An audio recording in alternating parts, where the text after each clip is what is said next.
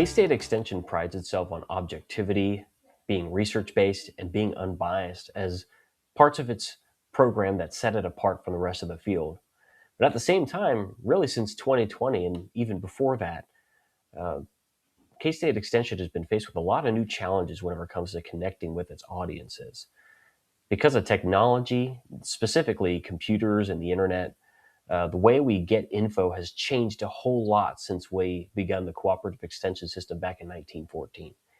But it's not just the source of information that we use, whether it's from extension or other sources like our input suppliers if we're farmers, or our commodity associations, or even just the internet in general. But it's the kind of information that we get.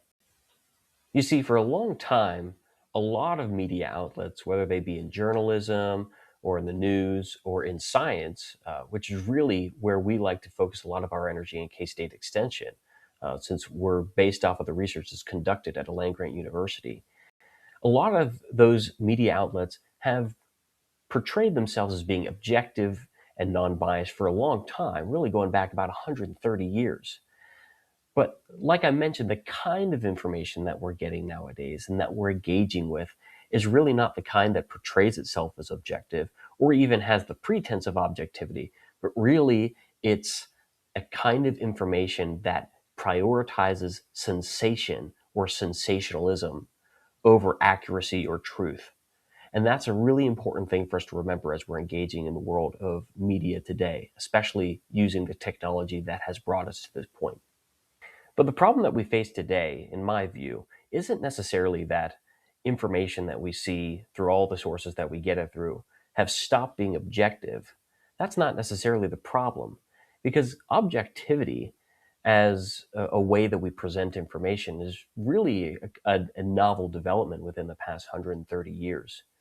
But really, the problem is that the corroboration of the information that we get doesn't match up with the facts on the ground at all. A lot of times historically, if you were a media outlet, you wanted the scoop of what was going on down on the ground.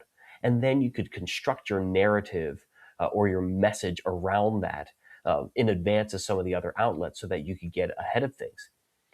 But that's not really the angle that a lot of people take today. A lot of times what we're seeing is that rather than using the information that's available to craft a narrative or a message around it, a lot of times the information is generated ad hoc, not necessarily corresponding to reality at all, because accuracy or truth in today's day and age isn't necessarily a priority of a lot of the information sources that we see. And so that's what I mean whenever I say the kind of information that we're engaging with is different than it used to be in years and decades past.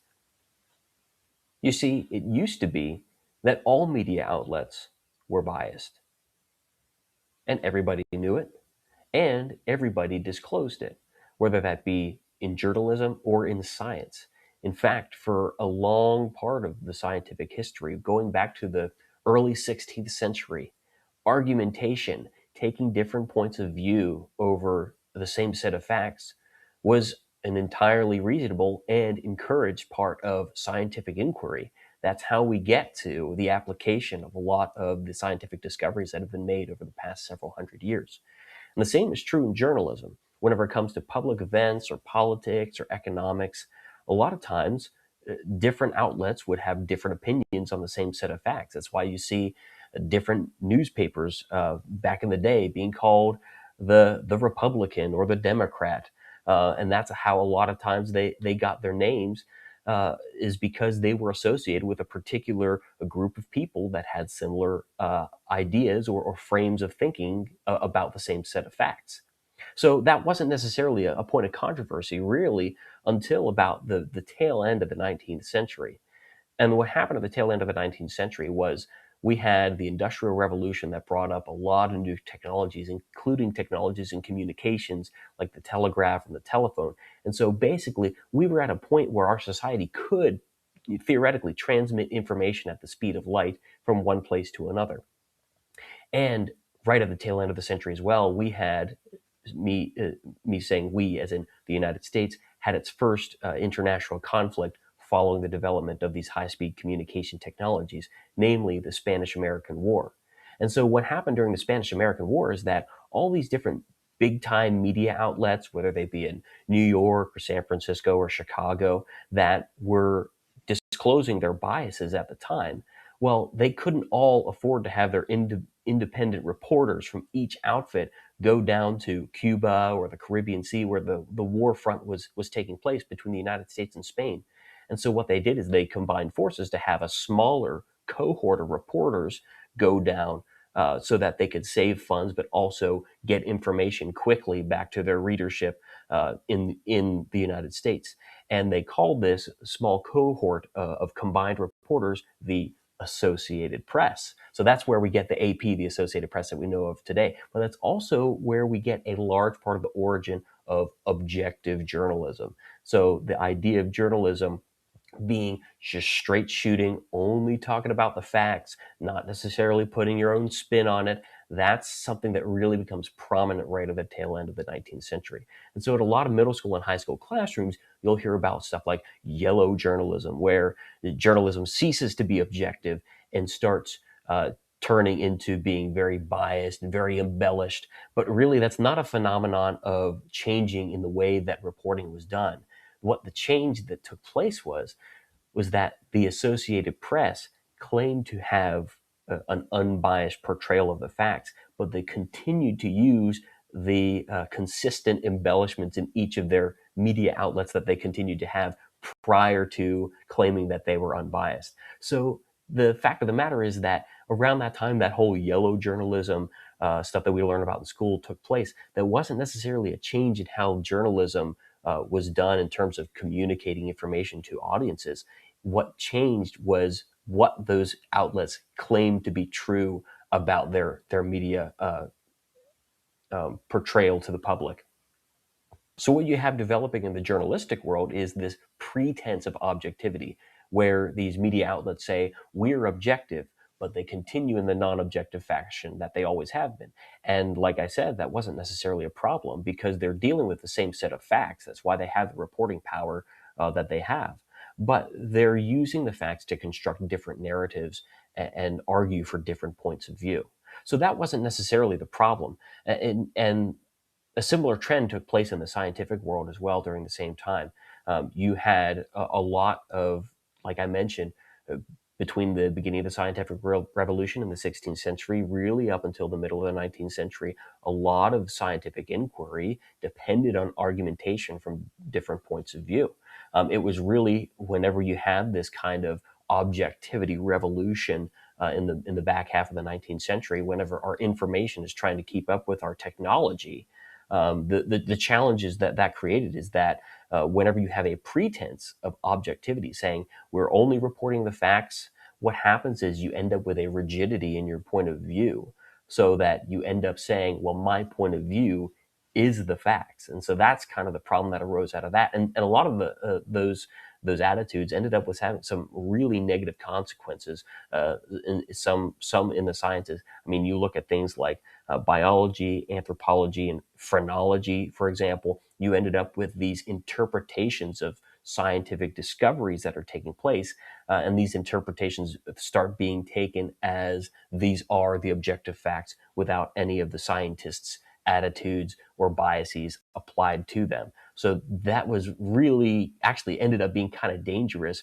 because you ended up in the early 20th century ending up with things like eugenics, which is basically the interpretation of uh, genetic diversity in individuals to say, well, some people's genetics are better than others. Therefore, the social prescription is that we need to remove certain people from the gene pool so that we can elevate better people in the gene pool. Not only was that true of people like Margaret Sanger at the beginning of the 1920s, but also the movement of places like Nazi Germany. So sometimes whenever you have the pretense of objectivity and don't disclose that, hey, I have an interpretation or an attitude about the facts on the ground. Whenever you portray it as objectivity, sometimes the social prescriptions that arise from that can be quite dangerous and harmful to society. And so it's like I'm saying, the consequence of bias isn't necessarily bad when you disclose it. Actually, can be quite constructive because then you can say, you can distinguish between the facts on the ground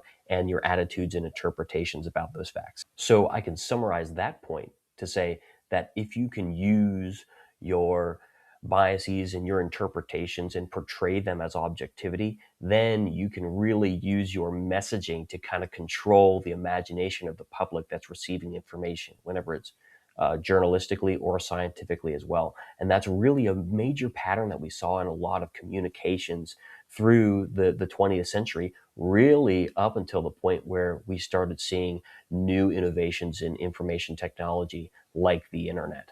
And that's what I want to talk about next. So, like I just mentioned, the fact that you had multiple journalistic outlets having to combine forces in order to get enough reporting power out of international spaces to the public, the fact that that was a requirement indicates that at that time there was such a high cost of getting your message out whenever you were grappling with information. But whenever we had information technology advance through the form of the internet in the early 1990s, what ends up happening is you end up reducing the cost of acquiring information about what's going on in the world, whether that's in science or in journalism or what have you. You decrease that cost dramatically, and you effectively democratize the ability to get media out there. When the internet came along, yeah, the cost of getting the scoop, which at that time had been consolidated to just a handful of powerful media groups in science and journalism, it dropped like an anchor. And so whoever now because of the internet, whoever had the facts on the ground could get their message out with their interpretation and their narrative crafted around it, without necessarily all those barriers to entry that were built up by a lot of established media groups who had the capital and the reporting power to get that done. And as that all was happening, a lot of the people that were taking advantage of new information technology to do exactly what I'm talking about, there were people that recognized that over the course of the past several decades, those biases in reporting and in science hadn't necessarily gone away, with the pretense of objectivity.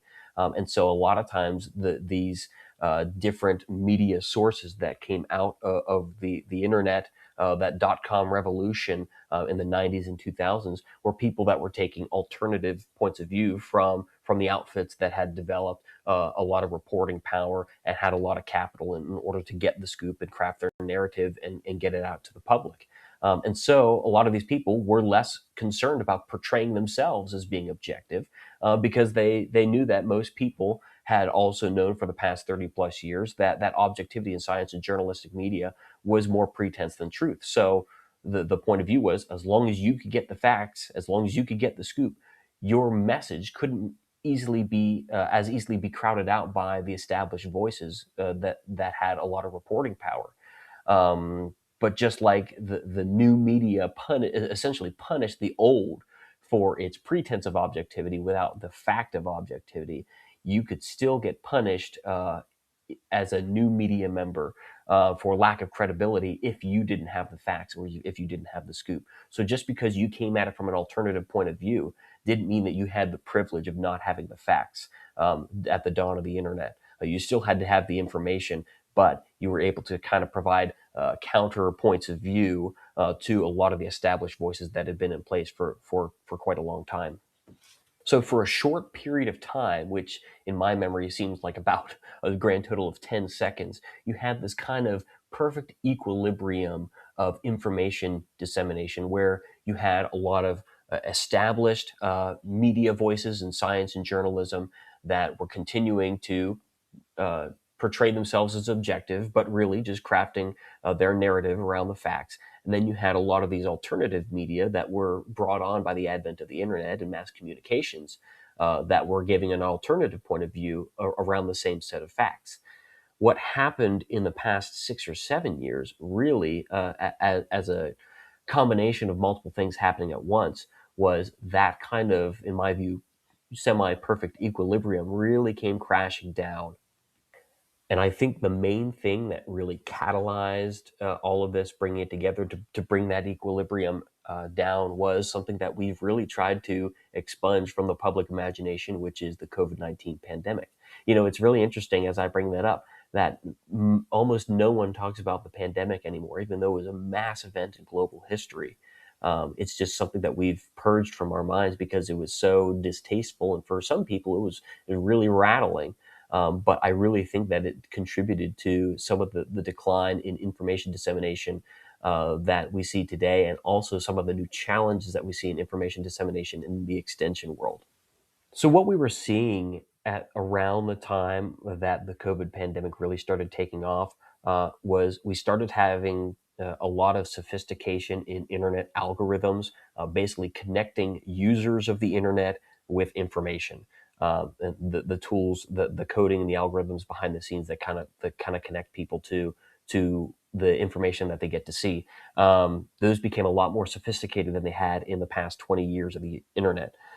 And what that did is it kind of did two different things at once. One, it really funneled people who use the internet into echo chambers, so to speak. So basically, rather than having a lot of exposure to different points of view being crafted around the same set of facts, what ended up happening is you have a single point of view that corresponds with the point of view of the user being crafted around a set of facts. And then you start seeing a lot of polarization in interpretation around those set of facts. So that was a problem. But the other problem, which I think is probably even bigger, because even if you have one particular point of view, and we all have different points of view around the same set of facts, you're still dealing with the same set of facts. The problem that I see of the sophistication of the internet algorithms is that suddenly you get a feedback loop that's not related to the accuracy of the message, but more related to the sensationalism of the message. And what do I mean by that? Basically, what I mean is what's going to get the most uh, exposure or clicks isn't necessarily what's the most truthful or the most close to the facts, but it's going to be the thing that can get the biggest reaction. Whatever can get the biggest reaction is the stuff that's going to get the most internet exposure. And these algorithms, they're not focused on getting the truth because a computer program can't distinguish truth from fiction, and it can't distinguish good from bad. It can only follow the programming that it's been received by its programmers. And so the programming basically says maximize engagement, maximize clicks, maximize swipes, maximize likes, all that sort of stuff. And the stuff that gets that isn't the stuff that's closest to the truth. It's the stuff that's most outrageous and most out there. So what you end up have happening is even if people have formerly different points of view around the same set of facts, now we're entering a point where there's a divergence in the stuff that gets exposure to internet users and what's actually happening. So where the truth is moving one way, what people engage with is moving a totally different way. So, and that's something that the algorithm is not concerned with. And it's an exacerbated problem that we've seen for the past 6 or 7 years. What also happens at the same time is that you have a lot of confusion about the COVID pandemic. So we had a lot of institutions that claimed to know a lot about what was going on with the pandemic. We got a lot of rules and recommendations handed down to us that really changed our day-to-day lifestyle. And then a lot of those things that we were informed about, we found out, well, maybe we didn't know quite as much about how this whole pandemic thing worked or the best way to deal with it as we thought we did at the time.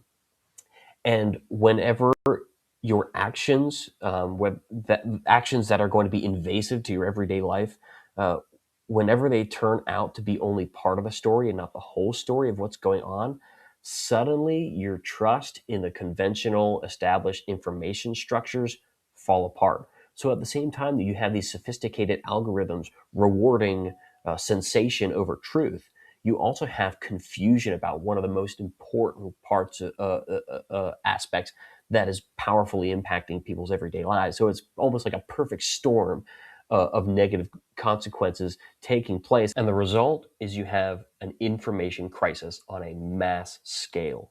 So now we have a whole system, a democratized information communication system where our messengers are sharing information that maximizes engagement rather than maximizing accuracy, even if the factual uh, uh, accuracy is from a specific point of view. Um, it's a maximization of engagement that is meant to gratify an algorithm rather than really get the scoop from the facts on the ground.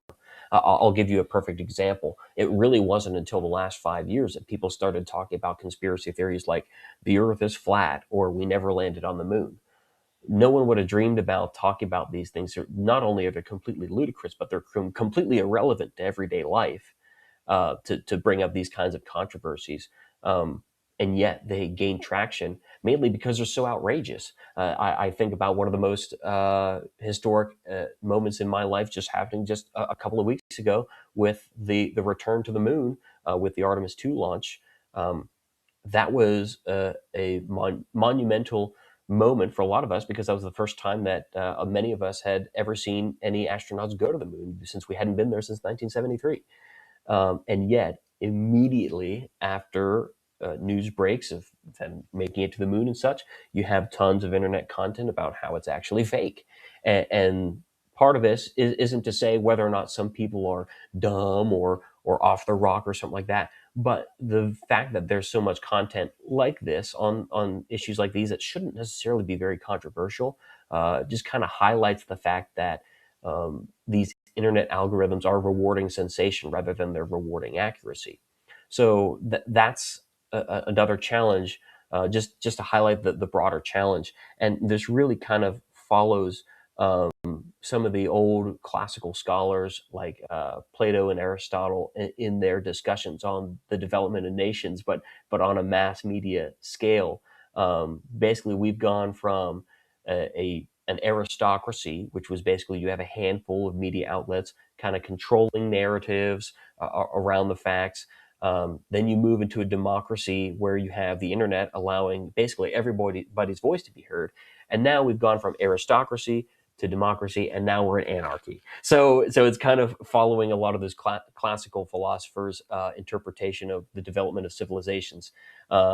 Again, we've gone from aristocracy to democracy to anarchy in the span of about 15 years. I really believe that this information crisis, as bad as it is also an opportunity for us in the Cooperative Extension Service to kind of fill that informational gap with a focus on corroborating our message with the facts on the ground.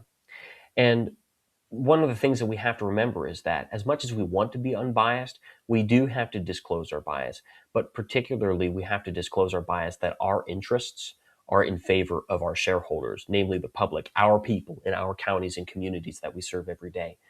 And so the point of view that's taken by some communities is going to be different than others. And it's our job to kind of navigate those waters to make sure that whenever we're relaying research-based information, that we are corresponding our message with the goals and plans of the counties and communities that we serve.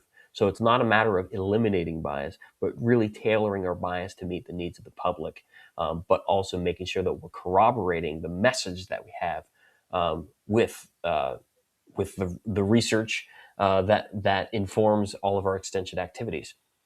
So my message to the listener here is be mindful of the goals of your information sources, and also remember there's room for argumentation.